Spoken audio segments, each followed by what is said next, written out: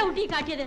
മനുഷ്യനെ മനസമാധാനത്തോടെ ജീവിക്കാൻ സമ്മതിക്കില്ലേ? അബ്ബാസ് അലിയോട് ആളെ അടിച്ചവങ്ങളെ യാരെയെങ്കിൽ ഉയരോടെ വിട്ടതല്ലേ? അയാൾ അറിഞ്ഞാൽ പിന്നെ ഇവിടെ ചോര കളമായിരിക്കും. झगड़ा करने से पहले ये भी सोचना था कि दूसरों को भी तकलीफ होगी. അബ്ബാസ് ഇവിടെ വന്നിറങ്ങിയ നിങ്ങളെ മാത്രമല്ല ഞങ്ങളെ വെച്ചേക്കില്ല. എത്ര നാൾ അവന്മാരുടെ തല്ലുകൊണ്ട് ഇങ്ങനെ ജീവിക്കും? ഇത്രയും നാൾ ഞങ്ങൾ ഇങ്ങനെയല്ലേ ജീവിച്ചോണ്ടിരുന്നത്? മര്യാദയ്ക്ക് അവർ ചോദിക്കുന്നതും കൊടുത്തോണ്ടിരുന്നാലേ ഒരു കുഴപ്പം ഉണ്ടാവില്ല. കഷ്ടപ്പെടാൻ നമ്മൾ ബോസിന് സൂക്കി അവന്മാരും അല്ലേ? നീ മിണ്ടി പോവരുത്. എല്ലാത്തിന്റെയും ശവം ഉടനെ കാണാം.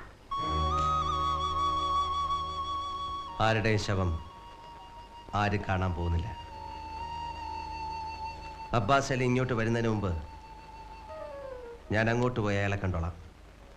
കൊന്നാലും തിന്നാലും എന്നെയല്ലേ ആവുള്ളൂ. ആയിക്കോട്ടെ, തെറ്റ് ചെയ്തത് ഞാനല്ലേ, ശിക്ഷ ഞാൻ മാത്രമായിട്ട് അനുഭവിച്ചോളാം.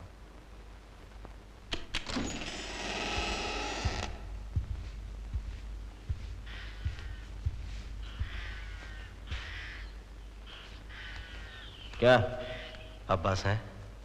यहीं ठहरो साहब, कोई मिलने को आया है?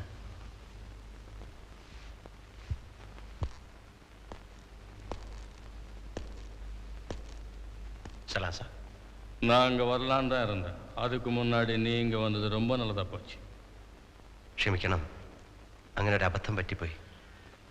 അതിൻ്റെ പൂർണ്ണ ഉത്തരവാദി ഞാൻ മാത്രമാണ്. മറ്റാർക്കും അതിൽ യാതൊരു പങ്കുമില്ല.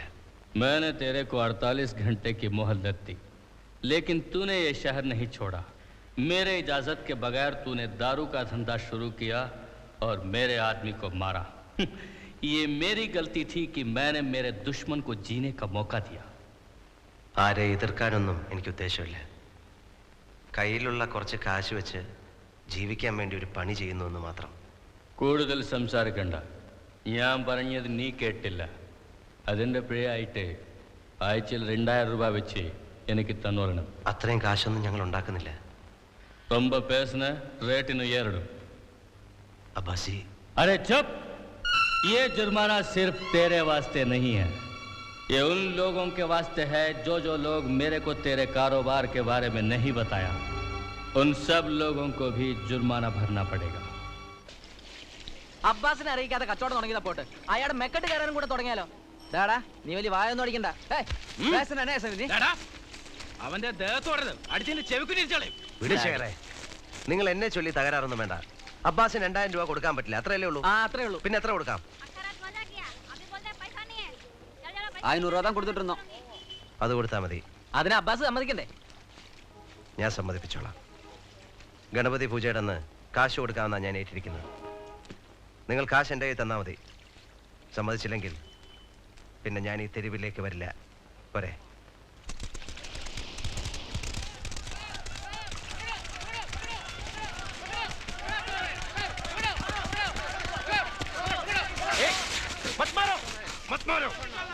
क्या हुआ?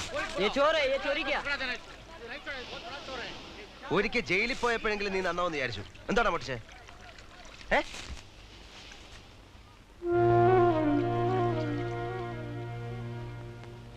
5 ദിവസമായി ആഹാരം കഴിച്ചിട്ട് നിവൃത്തിയില്ലാഞ്ഞിട്ടാ. ये किसका है? मेरा है.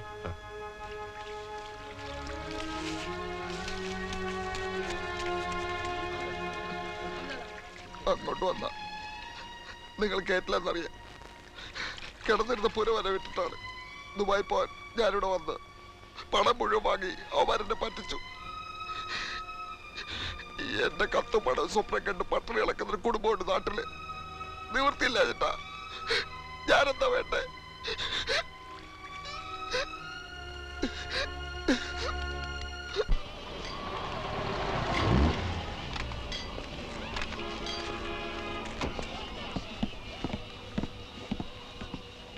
How are you, Lali? Hi.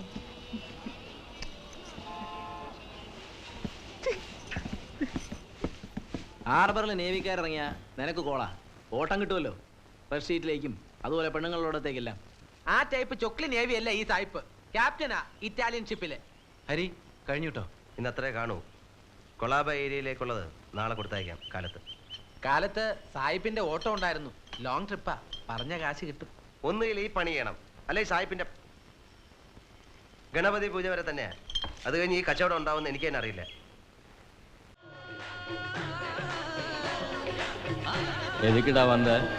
Ganapathi ഉത്സവത്തിന് കാണാമെന്ന് പറഞ്ഞിരുന്നില്ലേ? നിനക്ക് തരാനുള്ളത് കൊണ്ട് തരാമെന്ന് പറഞ്ഞത് ഓർമ്മയില്ലേ? എന്നാ मैंने लोगों को फालतू कुत्तों को बिस्किट डालते हुए देखा है। क्या तू भी मेरे सामने पैसा फेंक रहा है? मैं कुत्तों को कुत्तों की तरह देता हूँ.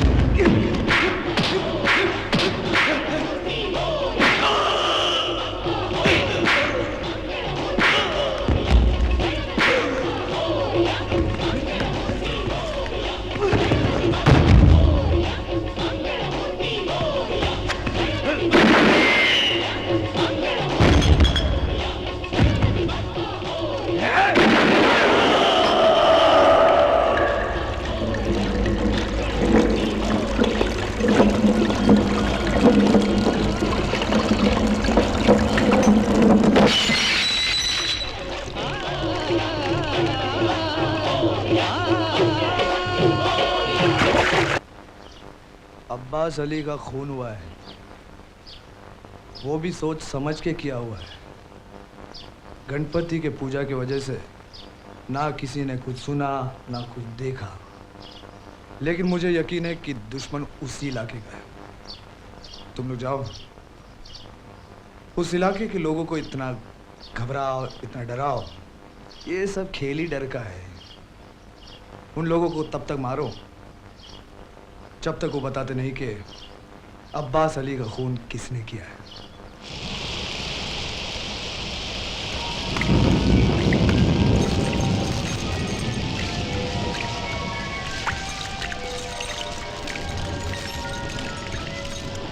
അബ്ബാസ് അലിയെ കൊന്നവർ ആരാണെന്ന് ഈ തെരുവിലുള്ളവർക്കറിയാം.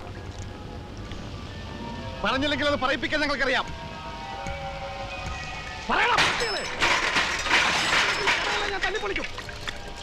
പറയില്ലേ? പറയടി കളവി, മര്യാദക്ക് പറഞ്ഞല്ലേ? എനിക്ക് അറിഞ്ഞൂടാ സാബ്.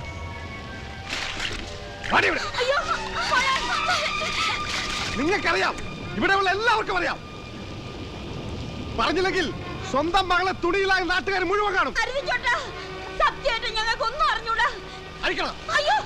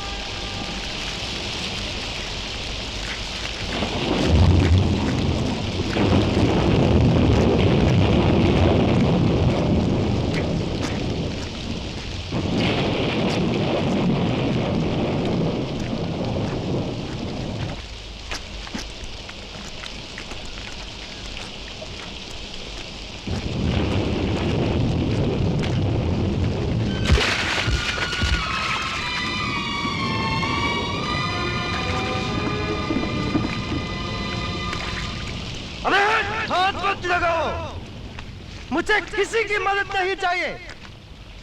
ഇവിടുത്തെ ഒരു പെണ്ണിനെ നിന്റെ എല്ലാം മുമ്പിലിട്ട് ഉടുതുണി വലിച്ചൂരിയപ്പോ സഹായിക്കാൻ ആരെയും കണ്ടില്ലല്ലോ. ഇത്ര നേരം എന്നെ ഇവിടിട്ട് പട്ടിയെ പോലെ തല്ലിയപ്പോഴും എല്ലാവരും നോക്കിയിരുന്നു. അവന്മാരെന്നെ കൊന്നിരുന്നെങ്കിൽ എന്റെ ശവം ഇവിടെ കിടന്ന് പുഴുത്തു നാറിയാ പോലും ഒരുത്തരും തിരിഞ്ഞു നോക്കില്ല എന്ന് എനിക്കറിയാം. കാരണം എന്നും ഇവനെയൊക്കെ പേടിച്ച് ഇവന്റെയൊക്കെ വാലാട്ടി പട്ടികളായി കഴിയാനേ നിനക്കൊക്കെ വിധിയുള്ളൂ. എല്ലാ പ്രതീക്ഷകളും നശിച്ച് ആകെയുള്ള സ്വന്തം ദേഹം വരെ വിറ്റ് ജീവിക്കുന്ന ഇവിടുത്തെ ദാസി പെണ്ണുങ്ങളുടെ സമ്പാദ്യം വരെ പിടിച്ചു പറിക്കുന്ന യുവന്മാർക്കെതിരെ 10 പേര് ഒരുമിച്ച് നിന്നിരുന്നെങ്കിൽ ഗുണ്ടായുസം എന്ന് പറയുന്ന ഈ തെണ്ടിത്തര ഇവിടെ നടക്കില്ലായിരുന്നു. ജാതിയുടെയും മതത്തിന്റെയും പേരിൽ കൊല്ലും കൊലയും നടത്താനല്ല പട്ടികളെ അയക്കാൻ വേണ്ടത്. രാപ്പകൽ കഷ്ടപ്പെട്ടുണ്ടാക്കുന്ന മുതൽ പിടിച്ചു പറിക്കുന്നതിന്റെയും നടു റോഡിൽ അമ്മയും പെങ്ങളെ കയറി പിടിക്കുന്നതിന്റെ കഴുത്ത് വെട്ടാനാ.